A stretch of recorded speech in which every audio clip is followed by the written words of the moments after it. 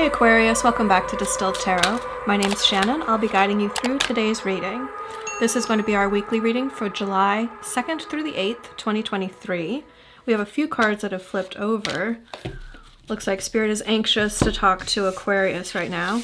So we have, on the same shuffle, we had two sets. We have the Six of Pentacles, and we have the Empress in reverse with the Hanged Man.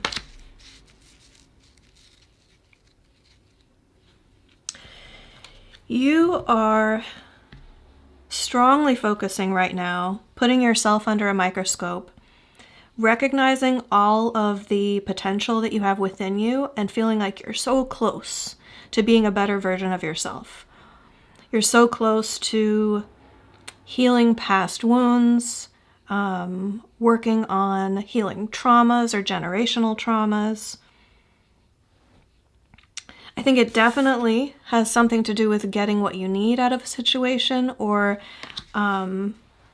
this balanced energy of give and take. So we may be healing codependency. We have Tower in reverse at the bottom of the deck, so we'll see if that comes out during the reading, but it does have this energy of kind of like taking stock of where you are now in order to best decide how to move forward.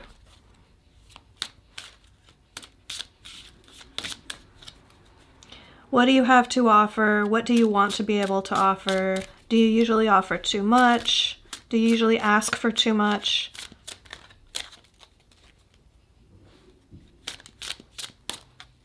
Let's see. What's the challenge that Aquarius is facing in the situation? What you want. The Nine of Cups. You have a way of attracting what you want, but it's not always what it seems on the surface with this Seven of Swords at the bottom of the deck. Sometimes there is duplicitousness. Sometimes there is deception. So let's see how the reading pans out. Many of you know I'm an Aquarius as well, so I'm extra curious for this one.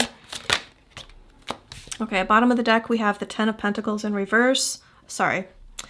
In your focus we have the Ten of Pentacles in reverse, and the bottom of the deck we have the Lovers in reverse. So it's this energy of evaluating what you want out of relationships, or what you want,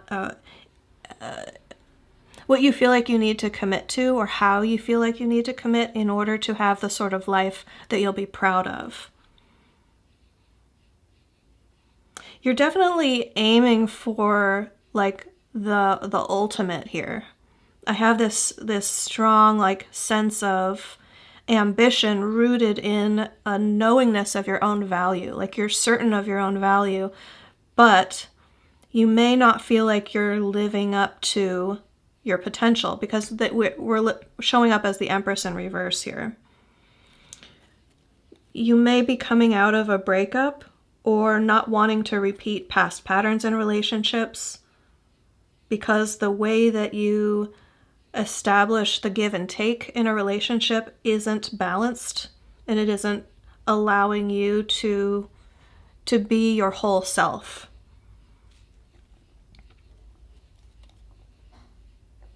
Show me the recent past. What led up to this for Aquarius?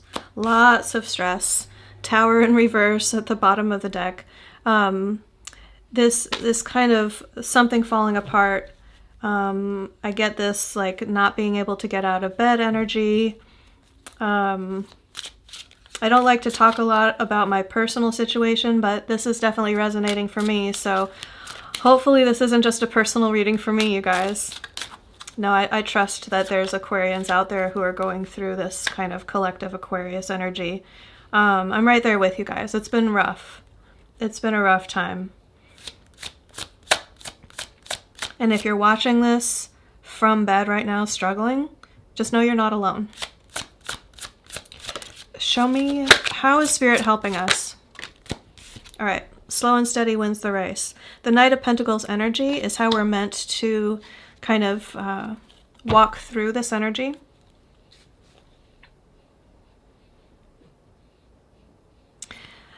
and not being so vulnerable, perhaps. Not making ourselves, not giving too much of ourselves to put ourselves in a position of vulnerability with Strength in reverse at the bottom of the deck.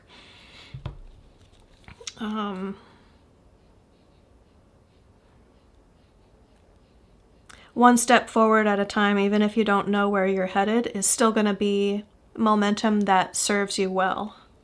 Show me the near future. Page of Wands. Oh, I kind of like this, actually. It's this kind of looking at the world through a fresh lens in a spirit of desire and passion, wanting to take action. Now, I do want to say with a note of caution that we do have the Six of Swords in reverse here at the bottom of the deck as that comes out. So this desire, even though it might feel new, could be propelling Aquarius back into a difficult situation. Now, be that as it may, it might be just a general energetic feeling of like, I never want to go through that again, so I'm not even going to put myself out there, to working your way through these energies, taking one step forward at a time, and coming to the position of actually feeling like you want to move forward, like you're ready to experience something new. Even if it does present difficulties, I think it's much more likely than not that it won't be the same sort of difficulties that you've experienced in the past. It won't be going back to the same situation.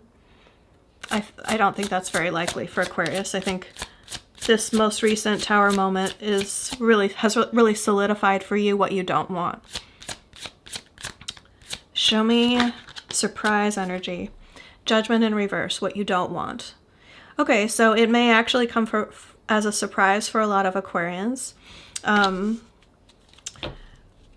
Having the opportunity to sort of reinvest or revive or breathe new life into an old situation. Either you or someone close to you is going to make a decision not to do so. Deciding instead to let it stay metaphorically dead.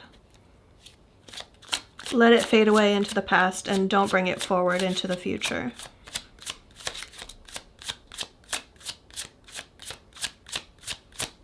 Show me hopes and fears. The world. Fantastic. Everything that I've been talking about has been with this energy in mind, of this feeling this overwhelming sense of importance about the perspective that Aquarians take in this phase of our lives.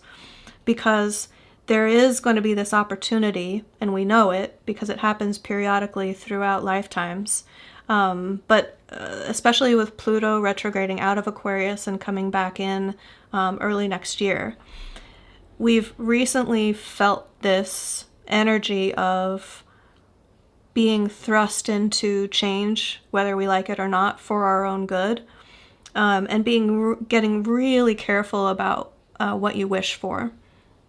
Because how it shows up when Pluto is involved is sometimes, let me say possibly most times, not the way that you want the thing to show up. Do you know that sort of, there's kind of like a movie trope when there are like wishes being granted. And I say that because the challenge being the Nine of Cups energy. So say there's like a genie in a bottle, and there are a few times I've seen this play out where it's sort of this lesson of, well, you didn't ask exactly the right way. So if you ask for like $1 million, you might get hit by a car and then be paralyzed for the rest of your life, and then get $1 million settlement. So that's kind of an extreme example, but I share that to kind of convey the vibe that I'm thinking of, where you recognize the importance and the power that you hold with manifesting what you're wishing for, and you want to be careful to start wishing for the right things. So you're focused on how is my vision for my future not actually aligned with what I want? Or how would that actually play out in ways that are uncomfortable or painful for me? What tweaks can I make to what I want? Because that energy is going to align you with the outcome, right? So you're trying to get the two sides of the magnet aligned. So once you identify, like you look at what the future looks like, you can reverse engineer how you have to align yourself to sort of magnetize that to you. I hope that makes sense. I know I'm talking to like-minded people for the most part, so hopefully my crazy nonsensical descriptions are translating well for you guys. Let me know in the comments. All right. The end result, we have the Seven of Swords, and I am going to clarify this. I feel like there's the movement that you make forward is going to be in secret. I feel like you're still very cautious because you've recently experienced this sort of like stress and grief and sleepless nights, and I think that is from something that came a bit before the recent past. You definitely don't want to experience that again, and you know that when you are manifesting your life and what shows up in your life, you're always co-creating that with the people that you share your energy with. So anybody who knows what's going on with you, or witnesses it or is aware of it, their expectations and desires are affecting the outcome in whatever sort of ratio makes sense for, like, I don't know the mechanism that runs it all, but co-creation is definitely real. So I think you're wanting to really like get away with something here, not in like a duplicitous, sneaky way, but in a protect yourself sort of a way. There's definitely like you're trying to keep something out of view of people who could do you harm, and prepare yourself. Like, the story playing out here is that this guy sneaks into the opposing army's camp and steals their weapons. So there is deception going on, but it's like self-protective.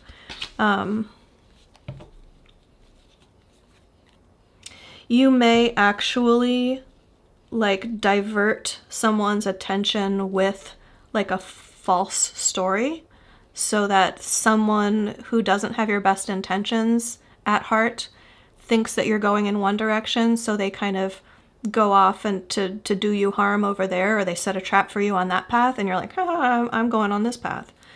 It could be that sort of a thing. Let me pull a clarifier. Tell me more about this Seven of Swords. Yeah, this is something positive. I say that, and then I have the Magician in reverse at the bottom of the deck. So if you have a manipulative energy in your sphere, that is a possibility, but the energy that came out is the Nine of Pentacles, which is a very independent, focus on yourself, wanting to live your best life. Let me pull a couple more just to be sure. Oh yeah, get yourself out of a bad situation with the Six of Swords and the Hierophant.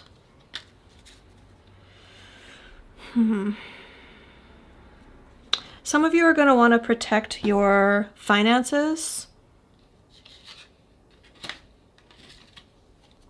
and you're going to be very quiet about the way you do so that someone can't come in and take advantage of you. Because the Ten of Pentacles might be your wealth, or your plan for like your retirement savings or your bank account, literally. And with the this whole story coming up with the Nine of Pentacles, Hierophant, Six of Swords, clarifying the Seven of Swords, like this could be you definitely trying to play it really quiet about your next moves. Wanting to get yourself out of a bad situation and into a more wealthy, independent situation.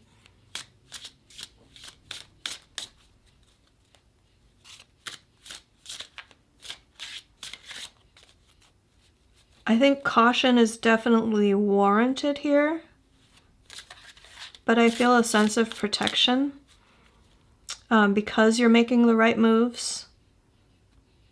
And in general, like, I'm getting the energy of like, don't be cocky about it if you feel like you're protected, because there is like risk involved here somehow. But you're going to, your plan to protect yourself in some way by maybe preparing yourself with the tools that you need in order to accomplish what you need to do without anybody knowing. Like you might want to get one up on your competition and get some supplies that nobody else knows about, so you want to keep it really quiet, like I'm going to be using A and B and C supplies, or I'm going to be releasing on XYZ platform and nobody really knows about that yet, or it is sort of like this proprietary information. But for those of you going through a breakup, it could very well be like escaping a dangerous or emotionally turbulent relationship. So caution is definitely the name of the game. Let's get advice for you. Like, I do see you pulling it off either way. Your efforts will be successful, but you do definitely need to be crafty about it or quiet about it. Your advice is the 10 of Swords. Let it die. Let something be over.